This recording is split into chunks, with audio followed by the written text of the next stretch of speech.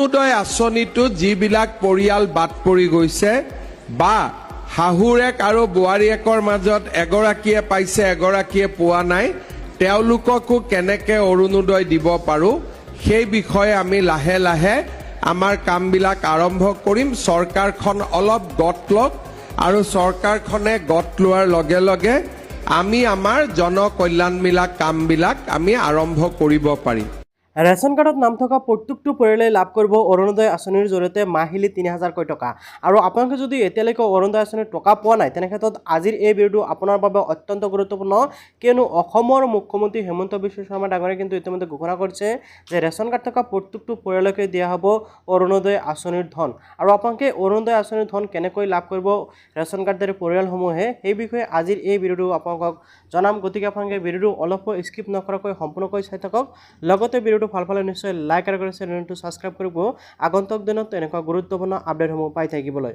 হয়, আপোনালোকে নিশ্চয় শুনা পালে অসমৰ মুখ্যমন্ত্ৰী হিমন্ত বিশ্ব শৰ্মা ডাঙৰীয়াই কিন্তু ইতিমধ্যে ঘোষণা কৰিছে যে যিসমূহ পৰিয়ালত ধৰি লওক শাহুৱেকে অৰুণোদয় পাই আছে কিন্তু বোৱাৰীজনীয়ে অৰুণোদয় পোৱা নাই ৰেচন কাৰ্ডৰ বাবে, এই পৰিয়ালসমূহক কি কৰা হ'ব যে সেই পৰিয়ালসমূহক ৰেচন কাৰ্ডৰ ব্যৱস্থা কৰি দিয়া হ'ব, যাতে ৰেচন কাৰ্ডৰ জৰিয়তে এই পৰিয়ালসমূহে বা বোৱাৰীজনেও যাতে অৰুণোদয় আঁচনিৰ সুবিধাটো লাভ কৰে। এই ব্যৱস্থা কিন্তু চৰকাৰে কৰিবলৈ গৈ আছে। অৰ্থাৎ ৰেচন কাৰ্ড থকা প্ৰত্যেকটো পৰিয়ালে কিন্তু চৰকাৰৰ তৰফৰ পৰা কি কৰিব, অৰুণোদয় আঁচনিৰ ধন প্ৰদান কৰিব। বৰ্তমান ১২৫০ টকা দি হৈ আছে, আগন্তুক দিনত কিন্তু ৩,০০০ টকা কৰিব। আৰু এই বিষয়ে কিন্তু ইতিমধ্যে অসমৰ মুখ্যমন্ত্ৰী হিমন্ত বিশ্ব শৰ্মা ডাঙৰীয়াই কেইবাবাৰো ঘোষণা কৰিছিল। জানো এতিয়া মূল কথা হ'ল যে আপোনালোকে যদি অৰুণোদয় আঁচনিৰ বাবে আবেদন কৰিব বিচাৰে, তেনে ক্ষেত্ৰত আপোনালোকে কেনেকৈ আবেদন কৰিব, লগতে যিসকলে নেকি অৰুণোদয় টকা পোৱা নাই সেইসকলে কি কৰিব। তো যিসকলে নেকি অৰুণোদয় টকা পোৱা নাই সেইসকলে কি কৰিব, প্ৰথমতে মই সেই বিষয়টো আপোনালোকক জনাই দি আছোঁ। নেক্সটত আপোনালোকক জনাম যে আপোনালোকে নতুনকৈ অৰুণোদয় আঁচনিৰ বাবে আবেদন কেনেকৈ কৰিব পাৰিব সেই বিষয়ে জনাম। বহুতো এনেকুৱা মহিলা আছে বা এনেকুৱা ব্যক্তি আছে যিসকলে নেকি অৰুণোদয় আঁচনিৰ টকা ৰেগুলাৰ পাই আছিল কিন্তু এইবাৰ টকাটো লাভ কৰা নাই।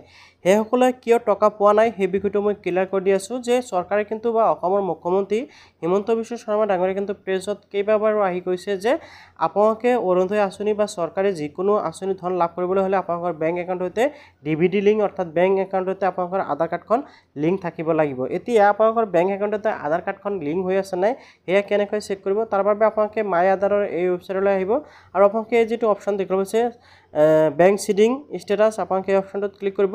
এই অপশ্যনটোত ক্লিক কৰাৰ পিছত ইয়াতে আপোনালোকে যিজন ব্যক্তিৰ বেংকত টকা অহা নাই অৰুণোদয়, সেইজন ব্যক্তিৰ আধাৰ কাৰ্ডৰ নাম্বাৰ আপোনালোকে ইয়াতে এণ্টাৰ কৰিব লাগিব। আধাৰ কাৰ্ডৰ নাম্বাৰ এণ্টাৰ কৰি আপোনালোকে ইয়াতে কেপচাৰটো বহাব লাগিব। সেইজন ইয়াতে যিটো কেপচাৰ দিয়া আছে কেপচাৰটো বহাই আপোনালোকে কি কৰিব লাগিব, এই যিটো লগইন উইথ অ'টিপি অপশ্যনত ক্লিক কৰিব। ক্লিক কৰাৰ লগে লগে আপোনাৰ ৰেজিষ্টাৰ মোবাইল নাম্বাৰত আধাৰ সৈতে লিংক হৈ থকা মোবাইল নাম্বাৰত এটা অ'টিপি আহিব। অ'টিপিটো কিন্তু ইয়াতে এণ্টাৰ কৰিব লাগিব।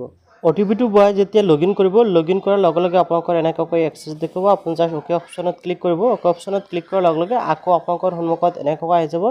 এতিয়া জাষ্ট আপোনালোকে আকৌ এই যিটো বেংক চিডিং ষ্টেটাছ অপশ্যনত ক্লিক কৰিব। ইয়াতে ক্লিক কৰাৰ লগে লগে কিন্তু আপোনালোকৰ ডিটেইলছসমূহ শ্ব' কৰিব। প্ৰথমতে আধাৰ নাম্বাৰ, তাৰপিছত আপোনাৰ কোনটো বেংক একাউণ্টতে আধাৰ লিংক হৈ আছে আৰু বেংক চিডিং এক্টিভ আছে নাই সেয়া শ্ব' কৰিব। অ'কে, এতিয়া কথা হ'ল ইয়াৰ পৰা আপোনালোকে বুজিব পাৰিব যে আপোনালোকৰ কোনটো বেংক একাউণ্টতে আধাৰ চিডিং হৈ আছে বা আধাৰ লিংক হৈ আছে। এতিয়া ধৰি লওক আপোনালোকে যেতিয়া নেকি অৰুণোদয় আঁচনিৰ বাবে আবেদন কৰিছিল সেই সময়ত যদি আপোনালোকে অন্য বেংক একাউণ্ট দিছিল আৰু আপোনালোকৰ বেংক একাউণ্টতে অন্য বেংক একাউণ্টতে আধাৰ লিংক হৈ আছে, তেনে ক্ষেত্ৰত কিন্তু আপোনাৰ যিটো বেংক একাউণ্টতে আধাৰ লিংক হৈ আছে সেই বেংক একাউণ্টত কিন্তু টকাটো সোমাব। গতিকে আপোনালোকে এবাৰ ভালকৈ ইয়াতে চেক কৰি ল'ব।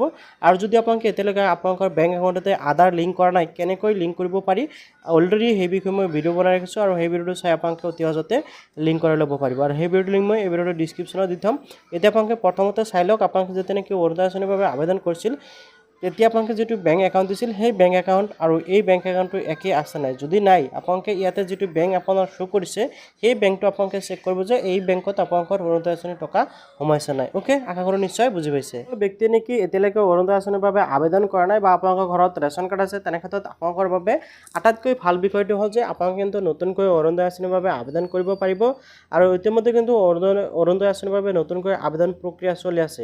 সেয়েহে আপোনালোকে সকলোৱে এতিয়াই অৰুণোদয় আঁচনিৰ বাবে নতুনকৈ আবেদন কৰিব পাৰিব বা আপোনালোকে প্ৰপত্ৰটো সংগ্ৰহ কৰক আৰু আপোনালোকে লাগতিয়াল ডকুমেণ্টছ বা কি কি নথিপত্ৰৰ প্ৰয়োজন হয় সেয়া আপোনালোকে লগত ৰাখি আপোনালোকে এপ্লাই কৰিব পাৰিব। এতিয়া হয়তো আপোনালোকে ভাবিব পাৰে যে নতুনকৈ অৰুণোদয় আঁচনিৰ বাবে কেনেকৈ আবেদন কৰিব পাৰি। মাত্ৰ কিছুদিন আগতে মই এটা ভিডিঅ'ত আপোনালোকক সম্পূৰ্ণভাৱে দেখুৱাইছোঁ যে আপোনালোকে কেনেকৈ নতুন অৰুণোদয় আঁচনিৰ বাবে আবেদন কৰিব পাৰিব। গতিকে আপোনালোকে যদি অৰুণোদয় আঁচনিৰ বাবে আবেদন কৰা নাই, আগৰ সেই ভিডিঅ'টো চাই আপোনালোকে এতিয়া নতুনকৈ অৰুণোদয় আঁচনিৰ বাবে আবেদন কৰিব পাৰে। ইয়াৰ উপৰিও যদি আপোনালোকে অৰুণোদয় আঁচনিৰ বিষয়ে কিবা জানিবলৈ আছে নিশ্চয় কমেণ্টত জনাব পাৰে। আজিলৈ ইমানে। জয় হিন্দ, জয় অসম, বাই বাই।